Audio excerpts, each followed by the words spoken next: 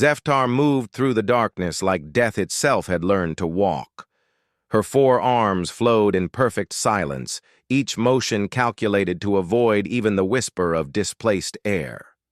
The Kethmori were born hunters, but Zeftar had elevated killing to an art form that made her own species whisper her name in fear. She crouched on the ventilation shaft's edge, peering down into the luxury transport vessel's main corridor. Her target lay 3 levels below, probably sleeping in the false security of his private quarters. Admiral Corvin thought his military escort and advanced shields made him untouchable. He was wrong. Zeftar had killed 17 galactic leaders in the past 5 cycles. Each death had been flawless, leaving no trace except the body and the small, crystalline calling card she placed beside each victim. The galaxy's most powerful beings had learned to fear that simple crystal because it meant the Shadow Guild had marked them for death. Her reputation had grown beyond even her own expectations. Entire star systems had surrendered to various factions simply to avoid having her sent after their leaders. The Zenti Collective had tried to hire her to assassinate their own council members who opposed their expansion plans. She had turned them down, not from any moral stance, but because killing one's own employers was bad for business. Tonight's contract came from the Terran Rebellion. Humans were a relatively new species in galactic politics, having achieved faster-than-light travel only 50 standard cycles ago. Most established races considered them primitive and barbaric, but they had proven surprisingly resourceful in their conflicts. They paid well and asked few questions, making them ideal clients. Admiral Corvin commanded the Third Imperial Fleet, which had been systematically destroying human colonies in the Outer Rim territories. The Imperium claimed humans were expanding too aggressively into sectors that belonged to older, more established civilizations. The humans disagreed, often violently. Zeftar cared nothing for politics. She cared only that the Terran Rebellion had offered her enough credits to purchase a small moon, along with the promise of future contracts if this mission succeeded. The humans might be newcomers to galactic society, but they understood the value of professional services. She had studied Admiral Corvin for 3 full cycles before accepting the contract. He was careful but not paranoid, intelligent but not brilliant. His security relied heavily on technology and military protocol, both of which had predictable weaknesses. His personal habits included a fondness for Altarian wine and a tendency to dismiss threats from species he considered inferior. The transport vessel itself presented interesting challenges. It was a modified diplomatic cruiser, heavily armed but designed for comfort rather than security. The Admiral was traveling to peace negotiations with the human colonies, though Zeftar suspected his true purpose involved gathering intelligence on human military capabilities. She had infiltrated the ship during its last refueling stop, hiding in a cargo container filled with luxury foods bound for the Admiral's private kitchen. The ship's sensors could detect most life forms, but Kethmori physiology included natural camouflage abilities that confused standard scanning equipment. To most sensors, she appeared as nothing more than an unusual shadow. The corridor below remained empty. Ship's night cycle had begun 2 hours ago, and most of the crew had retired to their quarters. Only essential personnel remained on duty, following predictable patrol patterns that she had memorized during her 18 hours aboard. Zeftar dropped silently from the ventilation shaft, her forearms spreading to absorb the impact across multiple contact points. Her feet touched the deck without making even the faintest sound. The Kethmori had evolved on a world where any noise meant death from aerial predators, and millions of years of evolution had made silence an instinctive art. She moved toward the central lift shaft, avoiding the main corridors where automated sensors might detect her heat signature. The ship's designers had focused on protecting against external threats, leaving internal security surprisingly vulnerable to someone with her skills and knowledge. As she reached the lift shaft, she paused to listen. Her hearing could detect conversations 3 decks away, heartbeats through bulkheads, and the subtle changes in engine vibration that indicated course corrections. Everything sounded normal, which meant her infiltration remained undetected. The lift shaft itself was secured, but Zeftar had no intention of using it. Instead, she activated the small cutting torch attached to her right secondary arm and began creating an access hole in the shaft wall. The torch used focused plasma to slice through standard hull materials, but its beam was contained to prevent detection by the ship's sensors. Within minutes, she had created an opening large enough to slip through. The space between decks was cramped and filled with power conduits, but it provided an unmonitored path to her target's quarters. She began moving downward, using her arms to grip support struts and guide her descent. Admiral Corvin's quarters occupied a significant portion of Deck 7's starboard section. Intelligence reports indicated he traveled with a minimal personal staff, preferring to rely on ship's crew for routine services. This meant fewer potential witnesses and complications. As she reached the appropriate level, Zeftar began cutting another access hole. Her plasma torch made no sound and produced no visible light outside its focused beam.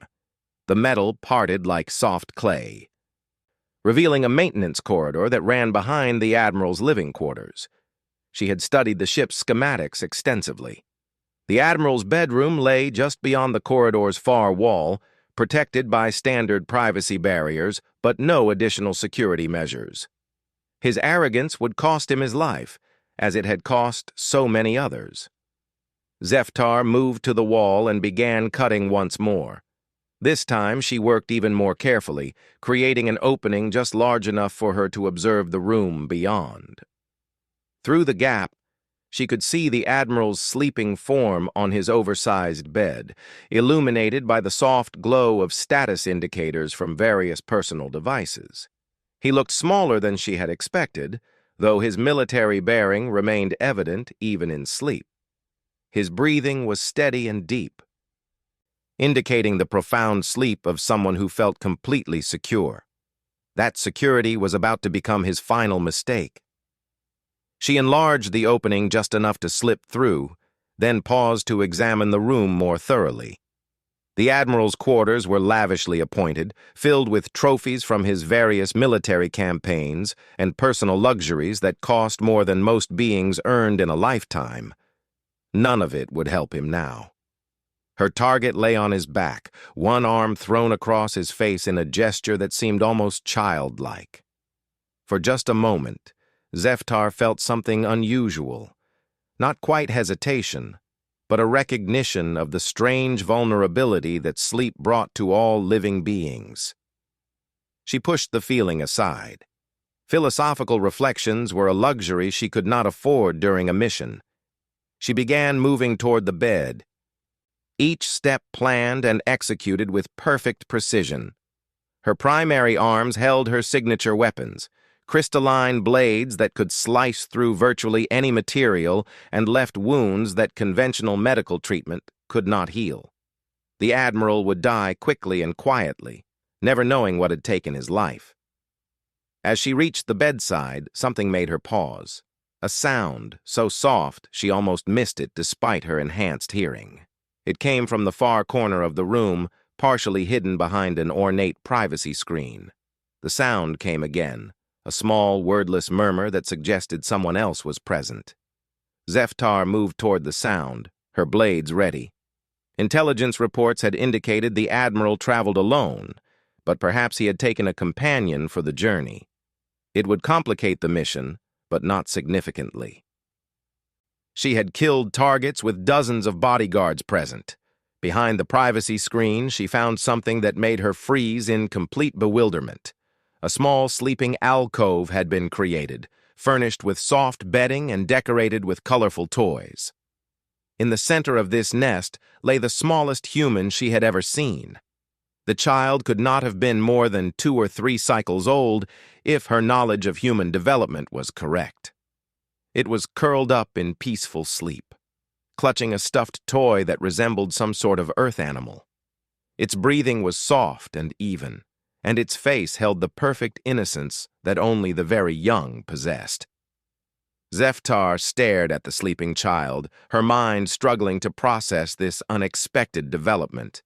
Why would Admiral Corvin travel with a human infant? The species were effectively at war, making this arrangement seemingly impossible. Yet here the child lay, sleeping peacefully in the quarters of one of humanity's greatest military enemies. She looked back toward the Admiral, then returned her attention to the child.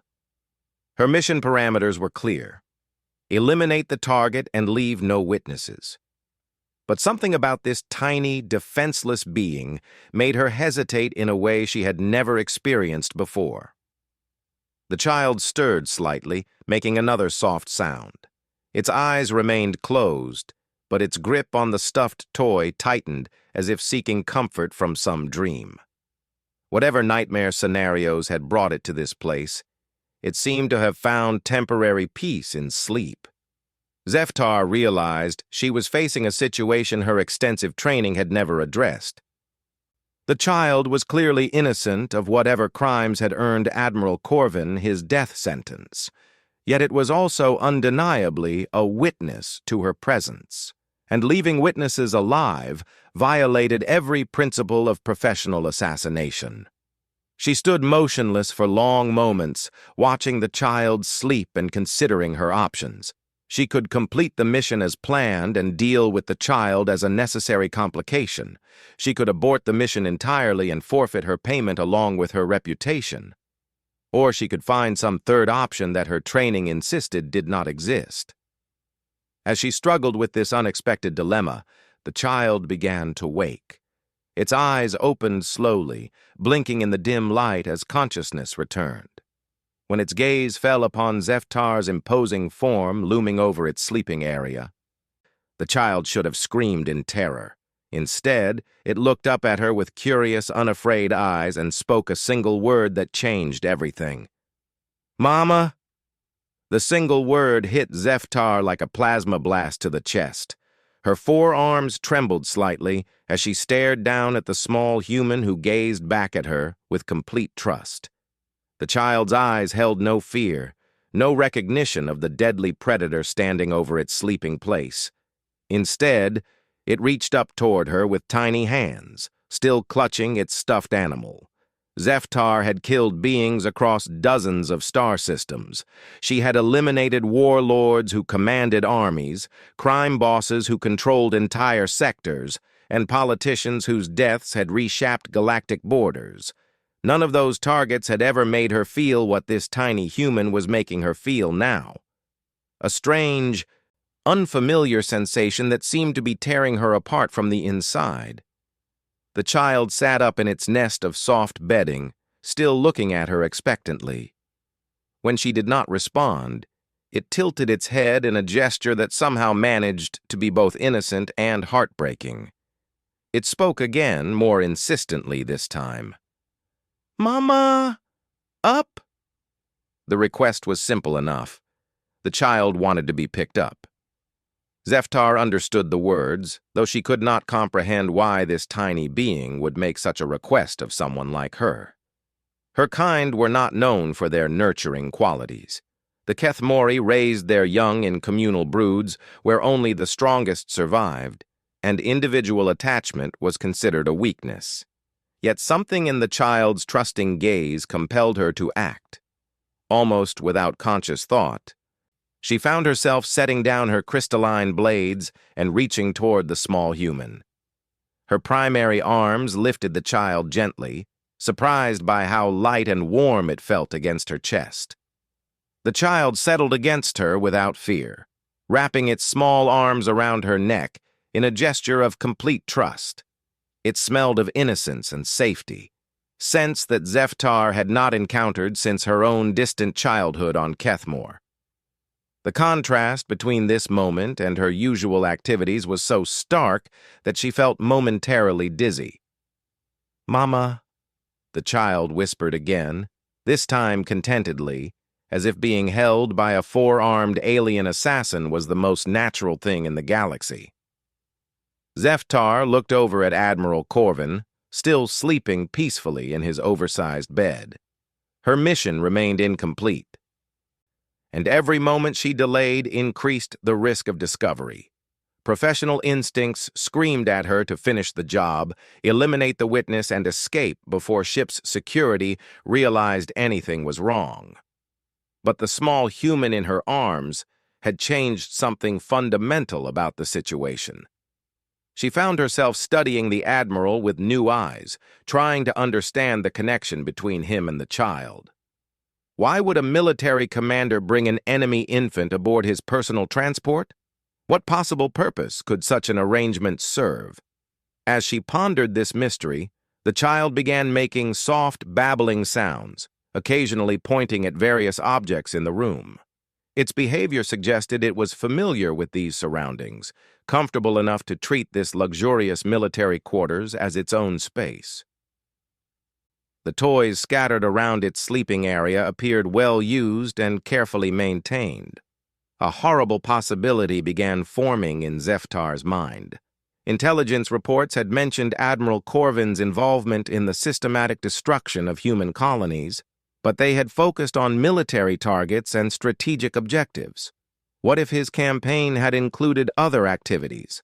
Activities that might explain the presence of a human child in his private quarters. The thought filled her with a rage she had never experienced before. Zeftar had always prided herself on emotional detachment during missions. Anger was unprofessional, a distraction that could lead to mistakes. But holding this trusting, innocent being while contemplating what might have happened to bring it here unleashed something primal and violent within her. She looked at the Admiral again, and for the first time in her professional career, she wanted a target to wake up before she killed him. She wanted him to see death coming, to understand exactly why he was about to die. The child in her arms suddenly pointed toward the Admiral's bed and spoke excitedly. "Dada! Dada, sleeping!" The word struck Zeftar like a second blast. The child thought Admiral Corvin was its father. The implications were staggering and deeply disturbing. Had the Admiral taken the child from destroyed human colonies?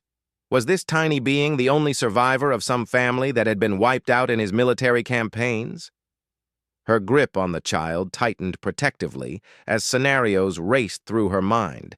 Each possibility seemed worse than the last. The Admiral's reputation for ruthlessness was well documented, but she had assumed his cruelty was limited to military objectives. The presence of this child suggested something far more personal and twisted. The child seemed to interpret her tightening grip as a form of play and giggled softly. It reached up to touch one of her facial features, the ridge of bone that marked her as a warrior caste Kethmori. Its small fingers traced the marking with fascination rather than fear. "Pretty," it said, then looked directly into her eyes. "Mama pretty." The simple compliment from this innocent being nearly shattered Zeftar's composure entirely. She had been called many things over the years: deadly, efficient, terrifying, valuable. No one had ever called her pretty, especially not with the genuine affection she heard in the child's voice. She realized she was facing a decision that would define not just this mission, but possibly the rest of her existence. Every instinct born of training and experience told her to complete the assassination and eliminate the witness. But another instinct, one she had never acknowledged before, demanded that she protect this small, trusting life at any cost. As she struggled with this internal conflict, Admiral Corvin began to stir. His breathing changed pattern, and his arm moved across his face in the manner of someone approaching wakefulness. In moments, he would open his eyes and discover an alien assassin holding what he apparently considered to be his adopted child. Zeftar had perhaps 30 seconds to make her choice. She could set the child down, retrieve her weapons, and complete the mission as planned. The child would likely cry out, but by then it would be too late for anyone to prevent the Admiral's death. Afterward, she could deal with the witness and escape according to her original plan. Or she could do something that went against every principle of professional assassination she had ever learned. She could spare them both and walk away from the most lucrative contract of her career. The child sensed her tension and patted her shoulder gently, making soothing sounds as if trying to comfort her. The gesture was so natural, so instinctively caring, that Zeftar felt something crack inside her chest. This tiny human was trying to make her feel better, despite being held by a creature that could kill it without effort. Admiral Corvin's eyes opened. For a moment, the three of them remained frozen in tableau: the deadly assassin, the innocent child, and the military commander who was supposed to die tonight. The Admiral's eyes focused on Zeftar's imposing form, and she saw recognition dawn in his expression. He knew exactly what she was and why she was here. But instead of reaching for a weapon or calling for security, Admiral Corvin did something that surprised her completely. He smiled. "I've been expecting you," he said quietly, careful not to startle the child. "Though I admit I didn't think you'd find her so quickly." The child turned in Zeftar's arms and reached toward the Admiral excitedly. "Dada! Dada, awake! Mama here!" Admiral Corvin sat up slowly, his movements deliberately non-threatening. "I see that, little one. And what do you think of your new mama?" The child giggled and hugged Zeftar's neck more tightly. "Mama nice. Mama pretty." Zeftar found her voice, though it came out rougher than usual. "What is this? What are you playing at?" The Admiral's smile became sad. "Her name is Elena. Her parents were scientists on the research station at Kepler 442. They were working on agricultural improvements for frontier worlds when I destroyed their facility." "Then why?" "Because she's my granddaughter," Admiral Corvin said simply.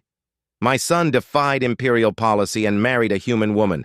They thought they could hide on that remote research station, start a new life away from the politics and hatred. They were wrong." Zeftar stared at him, trying to process this revelation. "You killed your own son?" "I gave the order to destroy a rebel facility. I didn't know they were there until afterward." His voice carried years of pain. Elena was the only survivor. She was in the station's emergency shelter when the bombs fell. The child, Elena, seemed to sense the sad tone of the conversation and reached out to both of them, making comforting sounds. "The official reports list no survivors," Zeftar said, "because I couldn't let the Imperium know she existed. A half-human grandchild would end my career and probably get her killed." Admiral Corvin's expression hardened. "So I kept her hidden, told everyone she was a war orphan I'd taken as a curiosity. Most of my colleagues think I'm studying human development patterns." Zeftar looked down at Elena, who was now playing with the ceremonial cords on her armor. "The peace negotiations are real. I'm trying to end this war before more families are destroyed." He met her eyes directly. "Your employers hired you to kill the one person working to save human colonies from further destruction." The revelation hit Zeftar like a physical blow. She had assumed the Terran rebellion wanted Admiral Corvin dead because he was their enemy. Instead, she had been hired to eliminate someone trying to help them. The implications suggested levels of political complexity that made her head spin. "Someone wanted these negotiations to fail," she said slowly. "Someone who profits from continued warfare between humans and the Imperium." Admiral Corvin nodded grimly. "I have suspicions about who hired you, but no proof." Elena had fallen asleep again in Zeftar's arms, exhausted by the excitement of meeting her new mama. Her small form radiated trust and innocence, completely unaware of the deadly implications surrounding her existence. Zeftar realized that everything she thought she knew about this mission had been wrong. She had been played, manipulated into becoming a tool for someone else's agenda. The professional assassin in her was furious at being deceived, but the part of her that was holding Elena was simply grateful that the child would live. "What happens now?" she asked.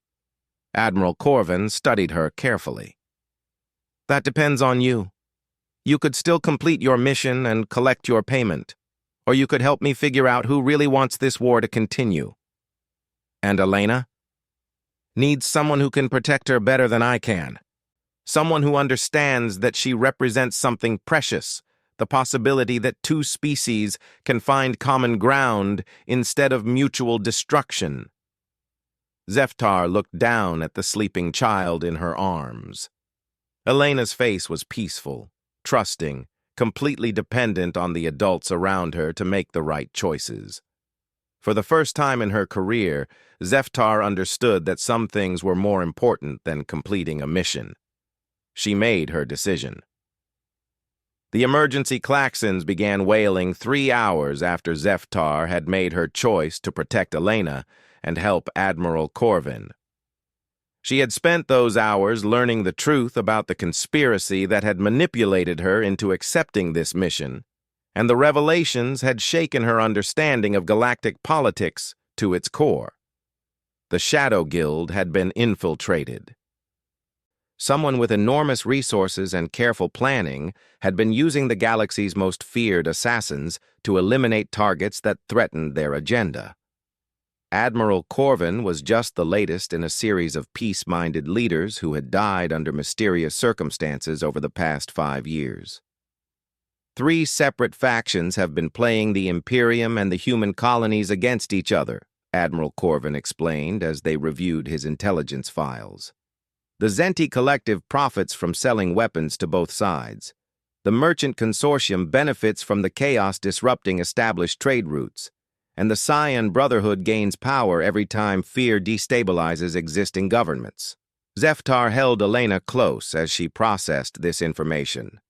The child had woken briefly to eat something called cookies, and then settled back into sleep, apparently accepting that her world now included a 4-armed alien protector.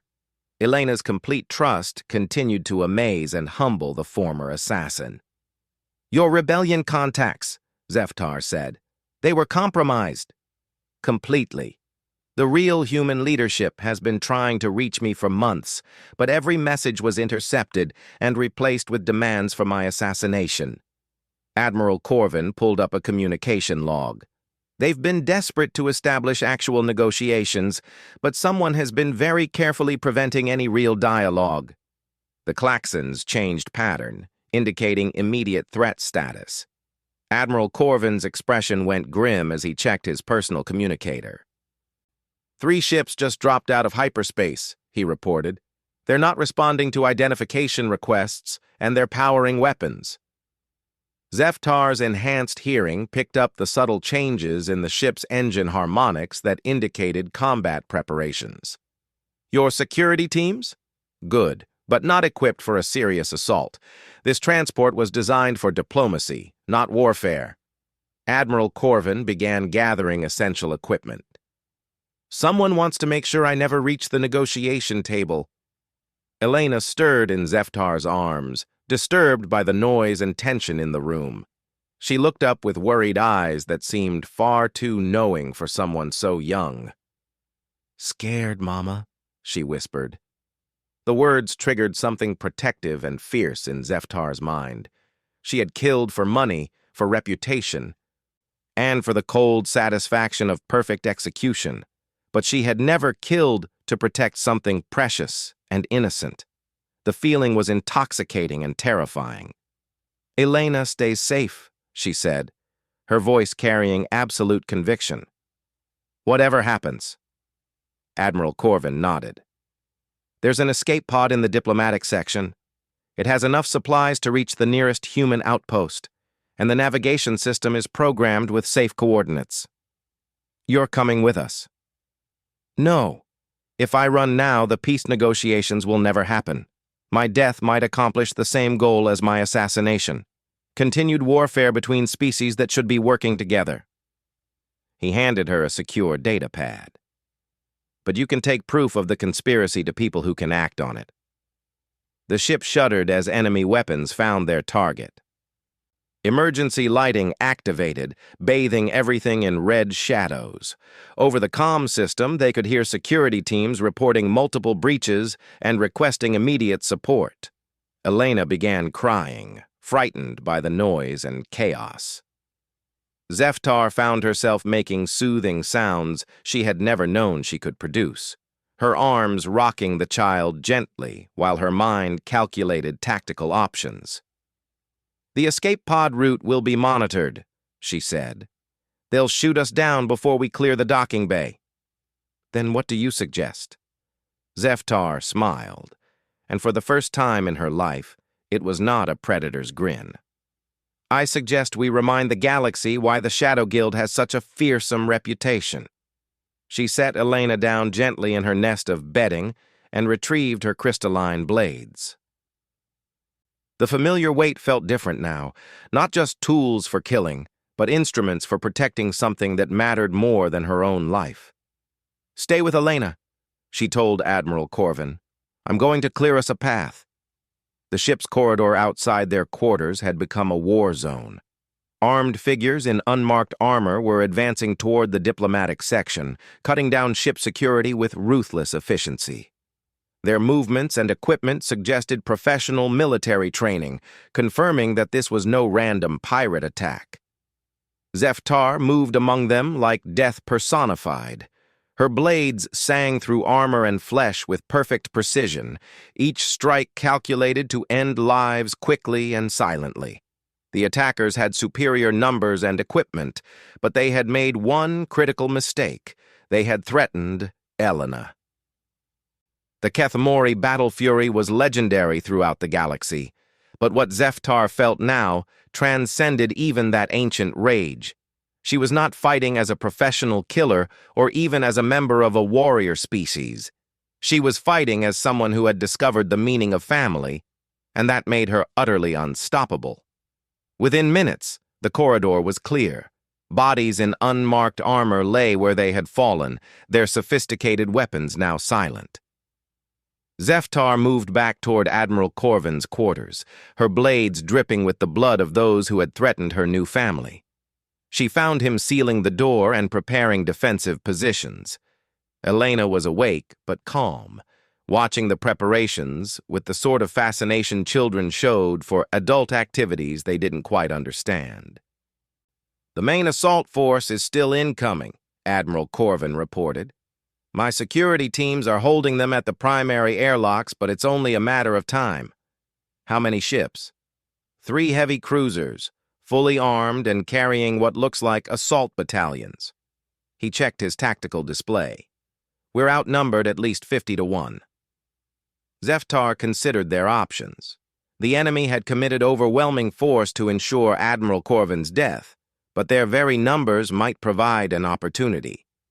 Large assault forces required coordination and communication, both of which could be disrupted by someone with the right skills. "Can you access their communication frequencies?" "Possibly, but why would you want to talk to them?" "I don't want to talk to them." Zeftar's smile was sharp as her blades. "I want to introduce them to the real Shadow Guild." For the next 20 minutes, Zeftar demonstrated why her reputation had grown beyond even her own expectations. She moved through the attacking forces like a ghost, striking without warning and disappearing before anyone could respond. But instead of simply killing, she began leaving her crystalline calling cards in strategic locations, places where enemy commanders would find them and understand exactly who they were facing. The psychological effect was devastating. Professional soldiers who had expected to overwhelm an elderly diplomat and his minimal security found themselves being hunted by the galaxy's most feared assassin. Fear began spreading through their ranks, disrupting their coordination and making them hesitant to advance. Meanwhile, Admiral Corvin had contacted the real human negotiation team. They were already en route with a proper escort, having learned about the conspiracy through their own intelligence networks. Help was coming, but it would take time to arrive. Elena seemed to understand that something important was happening. She stayed close to Admiral Corvin but watched the tactical displays with intense interest, occasionally pointing at different symbols and asking questions in her limited vocabulary. "Ships?" she asked, pointing at the enemy formations. "Bad ships," Admiral Corvin explained gently. "But Mama is making them go away." Elena nodded seriously, as if this explanation made perfect sense. "Mama strong." The words reached Zeftar through her communication device as she prepared for her next strike. Hearing Elena's confidence in her abilities filled her with a warmth she had never experienced. Someone believed in her not because of her reputation for death, but because she had chosen to protect rather than destroy. The final confrontation came when enemy forces breached the diplomatic section itself. Zeftar found herself facing a full assault team in the corridor outside Admiral Corvin's quarters, with Elena and her new family directly behind her. She fought with a fury that made her previous battles seem like casual exercises. Every technique she had learned, every skill she had developed, every instinct that had kept her alive through countless missions, all of it focused on the single goal of protecting the small human who had called her Mama. When the smoke cleared, Zeftar stood alone among the fallen attackers. Her armor was damaged, and she bore several wounds, but she was alive. More importantly, Elena was safe. The human negotiation team arrived 2 hours later, along with Admiral Corvin's loyal military support. The conspiracy was exposed, its key figures identified and arrested. The peace negotiations proceeded as planned, leading to a treaty that ended the destructive warfare between humans and the Imperium. But for Zeftar, the most important outcome was much simpler. She officially retired from the Shadow Guild and applied for legal guardianship of Elena. Admiral Corvin supported her petition, testifying that she had risked everything to protect an innocent child. The bureaucratic process took months, but eventually the galaxy's former deadliest assassin became the legal mother of a human toddler. They settled on a quiet agricultural world where Elena could grow up safely, far from the political intrigues that had shaped both their lives. Zeftar discovered that raising a child required skills she had never developed, but found herself learning with surprising enthusiasm. Elena thrived in their new home, her natural curiosity and fearless nature making her popular with their human neighbors. She learned to speak both standard galactic and basic Kethmori, often switching between languages mid-sentence in a way that delighted everyone around her. Years later, when Elena was old enough to understand the full story, she would ask her mother about the night they first met. Zeftar would tell her about the mission that had changed everything, about the choice between duty and love, and about the moment when a tiny human had looked up at a deadly alien and seen only family. "Why did you call me Mama?" Zeftar would ask. Elena would smile with the wisdom of someone who had never doubted what her heart told her. "Because you looked like you needed someone to love you." The galaxy had known Zeftar as its deadliest assassin, but Elena had seen something deeper. The capacity for love that existed even in the most unlikely hearts. In the end, that small human's insight had saved them both and changed the course of galactic history. Sometimes the greatest power in the universe was simply knowing when to whisper "Mama" to someone who had forgotten they could be more than what others expected them to be.